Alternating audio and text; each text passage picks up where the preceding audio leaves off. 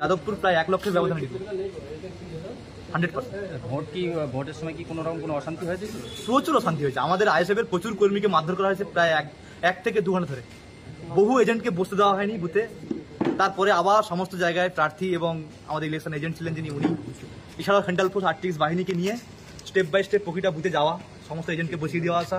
এবং বহু এলাকায় ছিল কি টিএমসির লোকেরা বোম চার্জ করছে। টিএমসির লোকেরা বলতে চাইছে যে আইএসএফের লোক যদি কোনো ভোট দিতে যায় তাহলে সঙ্গে সঙ্গে মার্ডার করে দেওয়া হবে। সেখানে আমরা সেন্ট্রাল ফোর্স নিয়ে গিয়ে ওদেরকে ভোট করানো, সুস্থ শৃঙ্খলার সহিত ওদেরকে রাস্তা পরিষ্কার করে সুন্দরভাবে ভোট দেওয়ার ব্যবস্থা করিয়ে দিয়েছি।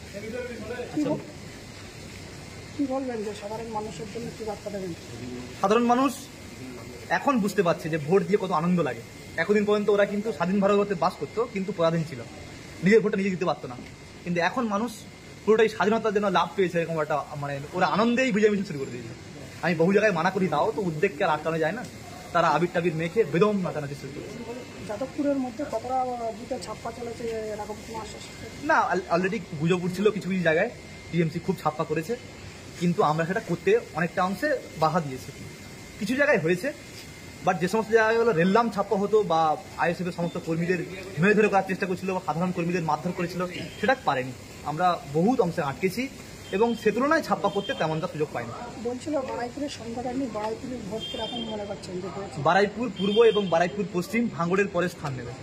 সেই সঙ্গে সঙ্গে সোনারপুর দক্ষিণ এবং সোনারপুর উত্তর প্রায় 50,000-এর উপরে লিড যাবে। যাদবপুর এবং টালিগঞ্জ মিলিয়ে প্রায় 20 থেকে 30,000 লিড যাবে। 100% আমরা জিতে গেছি অলরেডি। ভোটের দিনেই বুঝে গেছিলাম যে আমরা জিতে পারি নিশ্চিত।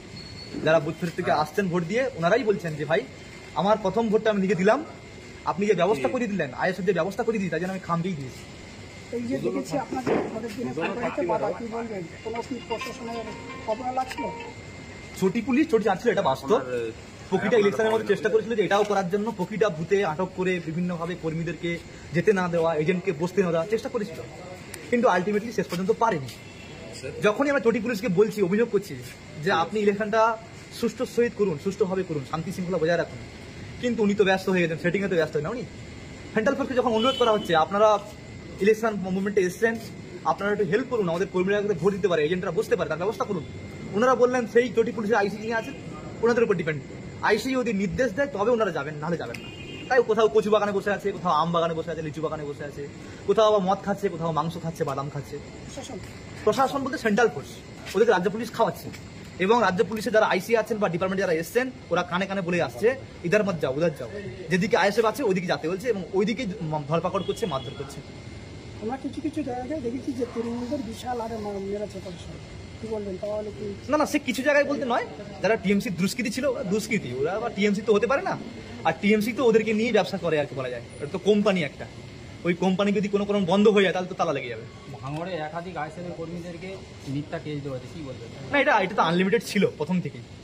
আর যেহেতু ইলেকশন মুভমেন্টে ভোট দিয়ে দেবে না বলে চেষ্টা করেছিল যে বহু কর্মীকে আটকে যদি ভোটটা কম করানো যায়, কিন্তু আমাদের তো একজন 100 জনের সমান, একজনকে আটকালে বা মারলে আরো 1000 জন তৈরি হয়ে যায়। এদিকে তৃণমূলের নেতারা বলছে 4 তারিখে আইএসএফ পরিষ্কার হয়ে যাবে। না, ওটা ওরা দিবা স্বপ্নে দেখছে, হয়তো ঘুমিয়ে ঘুমিয়ে স্বপ্ন দেখছে, দিবা স্বপ্ন তো সত্যি হয় না। তাহলে জিতছে না আগামী 100% যাদবপুর জিতছে। লড়াই কেরাম থাকবে আইএসএফের পক্ষ থেকে? লড়াই জারি থাকবে। আইএসএফ বুক চিতে লড়াই করেছে, দেখিয়ে দিয়েছে যে ভাঙড়